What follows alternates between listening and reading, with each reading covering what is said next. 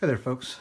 Joey from WITS End here, and one of the things that I wanted to kind of go over is a project that I've been working on for the FJ40 Land Cruisers, and basically it's a windshield knob that is used to lower and I'm sorry, not necessarily lower or raise, but it's to lock and unlock the front windshield on the FJ40. And originally these things come with a threaded bolt that has a plastic knob on it that has a basically just a four basically a four-ended knob on it. Those are fine. That's what everybody's accustomed to. That's what everybody looks at. That's what everybody knows.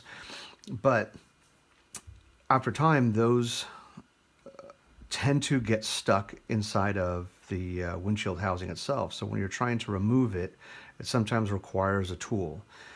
Unfortunately, there's no way to get a tool on it other than, say, a pair of vice grips or pliers onto the handle itself, thus kind of ruining the knob or ruining the threaded insert or threaded stud that's on it. So what other companies have done is they've made a replication of that by taking basically a knob and a knob, and that knob is usually aluminum, and then they'll probably powder coat or anodize it, and they'll make it look exactly like the factory knob. And what they'll do is they'll match drill it and then pin it, kind of the same way that you see that I've done here. And then they'll take the same threaded hole, they'll taper the end, and basically it kind of looks like a factory FJ40 windshield knob. The only thing that I did differently is I actually used the same hand wheel knob that I've started making, and I thought, oh, this would be kind of interesting. And then I had customers saying, hey, it'd be really neat if you made some windshield knobs out of this. And so that's kind of what I did. So these are the tools that I have. It uses the quarter drive, basically any quarter drive bit, and it's got the little tech logo that I laser etched into it.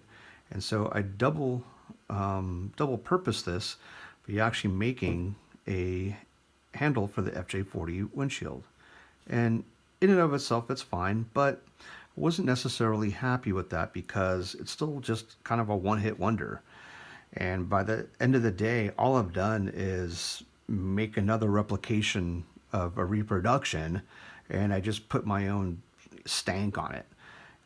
It wasn't enough. It didn't make me happy enough. And so one of the things that came up and was actually suggested by a MUD member and somebody who's on Facebook all the time. His name is Marshall Shepard. He suggested, hey, it'd be really nice if there was a tool that was on this thing that you could use. Well, I'd already had something that was kind of in play, but I didn't take it to the next level until Marshall basically just voiced his opinion up on Facebook. And I thought, well, crap. He's already mentioned something, so I might as well just kind of go through with it. And so what I did was took the same handle that's going to be there, except kind of a little bit of a difference. It doesn't have this little inset that's going to be inside, and the boss that's right here that you can see is actually a little bit thicker. And the reason for that is this thing is actually going to be pressed in.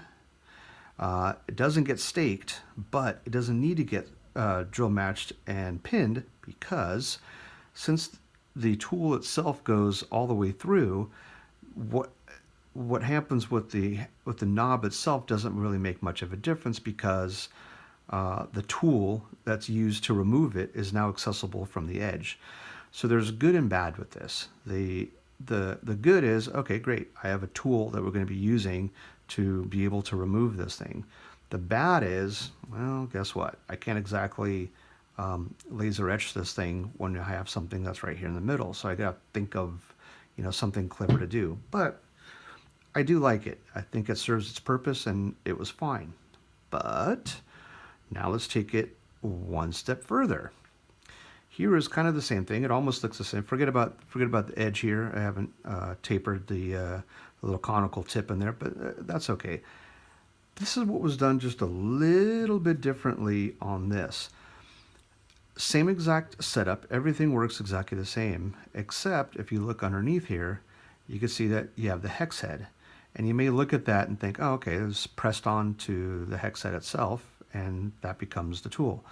Well, no, actually went one step further. This is actually held on by a magnet.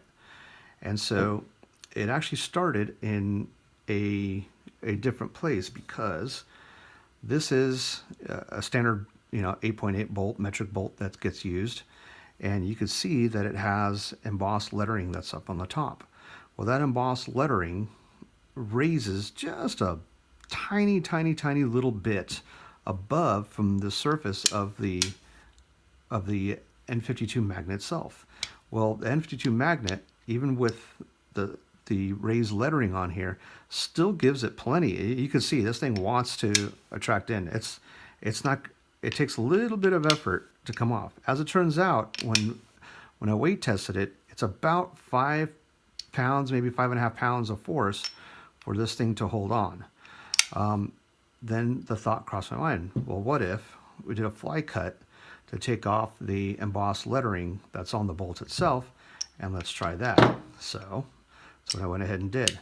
And now I have something that is considerably stronger than what the first run was going to be.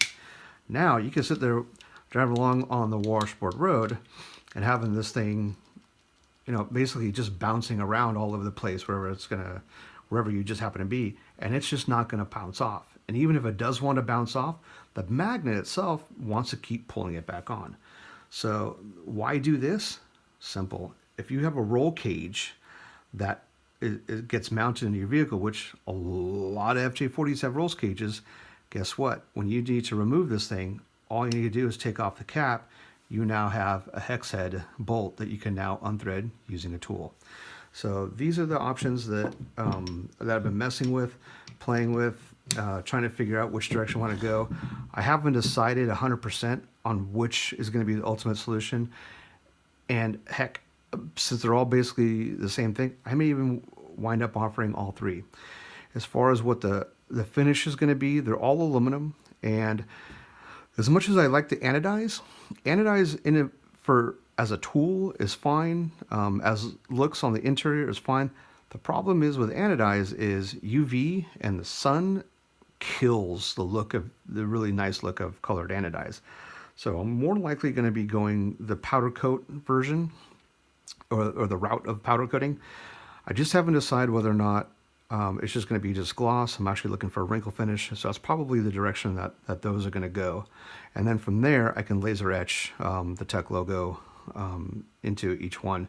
Again, I haven't decided what the full finish is going to be, but at least wanted to show everybody that this is kind of the direction that I'm heading with.